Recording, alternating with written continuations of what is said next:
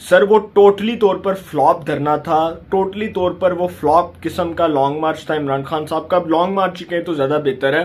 اس میں عمران خان صاحب نے 120 دن ملک کی معیشت کو نقصان پہنچایا، دیوالیہ بنوایا. عمران خان صاحب نے اپنے کیے ہوئے تمام تر اقدامات کے ذریعے پاکستان کی معیشت کو اس کا سوا ستیہ ناش کیا. تو اس وقت بھی یہ سوالات اٹھ رہے تھے، آج بھی ایک عام آدمی کے ذہن میں سوال اٹھتا ہے. اور بہت سے لوگ یہ سمجھتے ہیں کہ جی عمران خان صاحب کی پاپولیرٹی بہت ہے، لہٰذا جو ضمنی انتخابات کے نتائج ہیں وہ عمران خان صاحب کے حق میں آئے ہیں تو عوام سڑکوں پر آ جائے گی، عوام کا جمع غفیر جمع ہو جائے گا اور عمران خان صاحب جو ہیں وہ لانگ مارچ میں کوئی سرپرائز دے سکتے ہیں. سر لانگ مارچ اس صورت میں کامیاب ہوتا اگر عمران خان صاحب کے حق میں عدالتی فیصلے آتے. عمران خان صاحب کے خلاف عدالتی فیصلہ آیا توشہ خانہ میں وہ گھڑی چور ثابت ہو چکے ہیں،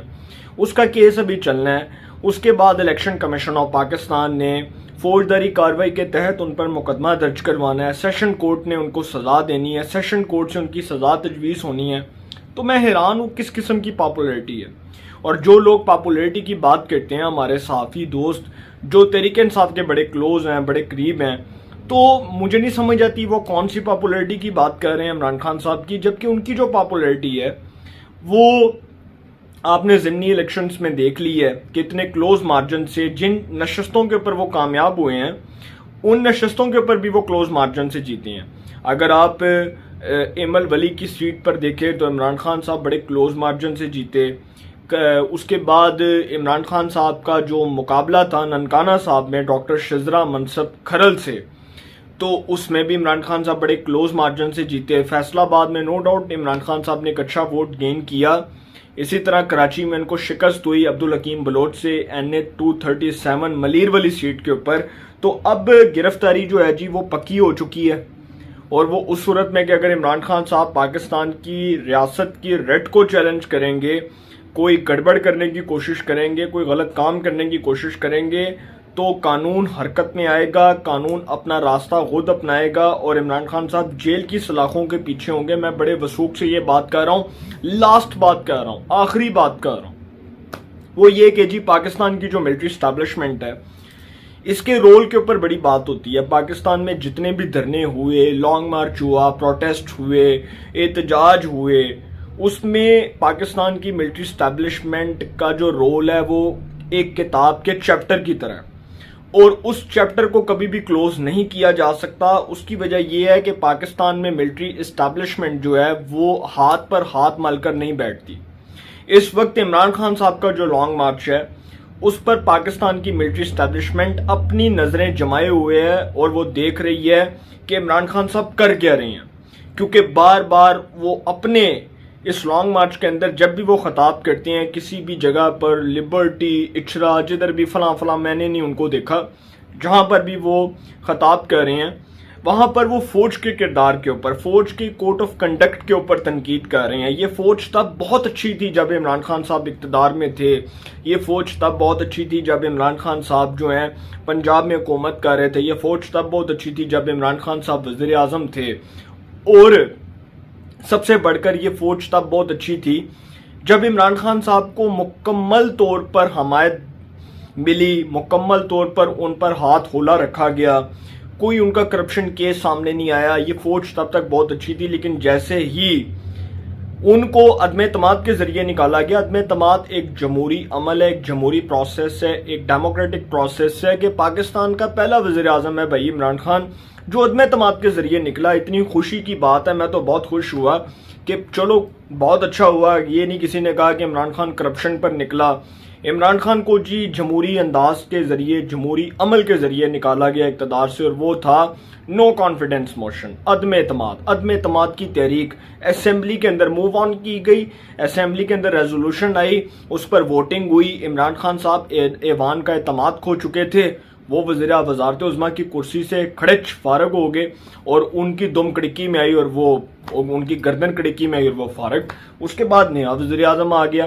عدم اعتماد کے بعد جب ایک ایوان نہیں اعتماد نہیں کیا ایک وزیر اعظم کے اوپر اور اس نے کہا کہ جی ہمیں اس شخص کے اوپر اعتماد نہیں ہے، تو اس کے بعد ایک نئے شخص کو وزیر اعظم کے طور پر منتخب کر لیا گیا، چننے کے بعد ووٹنگ ہوئی اور وہ شخص جو ہے وہ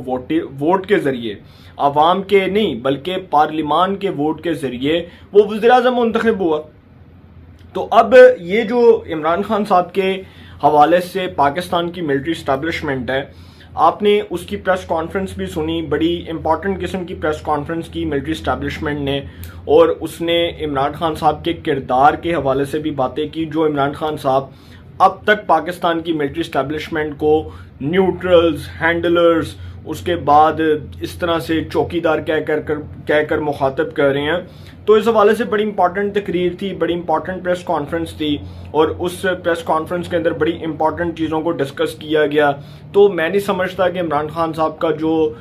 لانگ مارچ ہے اس حوالے سے اسٹیبلشمنٹ کچھ نہیں دیکھ رہی، اسٹیبلشمنٹ پاکستان کے سیکورٹی معاملات کو دیکھ رہی ہے۔ اس وقت اسلام آباد کے اندر بھاری نفری تعینات ہے، کنٹینرز لگے ہیں۔ عمران خان صاحب مجھے نہیں پتا کیسے اسلام آباد تک پہنچتے ہیں، لیکن اگر انہوں نے ریاست کے ریٹ کو چیلنج کیا تو سر پھر نتائج بڑے خوفناک ہوں گے۔ اور اس بار جو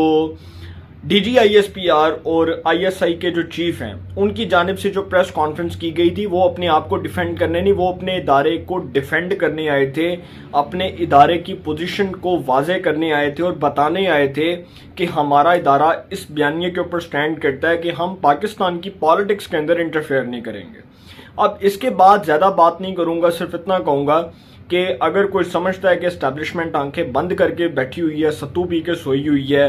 اور اسٹیبلشمنٹ بالکل غافل ہے پاکستان کے معاملات سے، تو سر پھر 75 سالہ تاریخ پڑھ لیں، آپ کو خود ہی سمجھ آ جائے گی۔ مزید کچھ کہنے کی ضرورت نہیں ہے، صرف آخر میں اتنا ہی کہوں گا کہ عمران خان صاحب کے حوالے سے اسٹیبلشمنٹ کا پیغام ہے، یور گیم از اوور، آپ فارغ ہیں، کھڈے لائن ہے، اب آپ کوئی نہیں آتے اقتدار میں، جو مرضی کریں، اب آپ بیٹھ کے رولا ڈالیں، اب آپ بیٹھ کے احتجاج کریں، اب آپ بیٹھ کے تنقید کریں، جو مرضی کریں سر، آپ فارغ ہیں، ٹوٹلی طور پہ فارغ ہیں۔ تو جی اپنی رائے کا کومنٹس میں ضرور اظہار کیجئے گا۔ یہ خونی مارچ ہے، فسادی مارچ ہے، ایک انقلابی مارچ ہے، اس حوالے سے بھی مجھے بتائیے گا کہ مجھ جیسے شخص کو پتہ چل سکے، میری جو ناقص سوچ ہے، آپ سمجھ لیں کہ میری جو ناقص سوچ ہے اس حوالے سے، میری سوچ کے حوالے سے مجھے پتہ چل سکے، میرے نالج میں اضافہ ہو سکے۔ اپنی رائے کا ضرور اظہار کیجئے گا۔ انشاءاللہ ایک نئے سیگمنٹ کے ساتھ پھر ملاقات ہوگی۔ اپنا بہت خیال رکھیے گا۔ اللہ نگہبان۔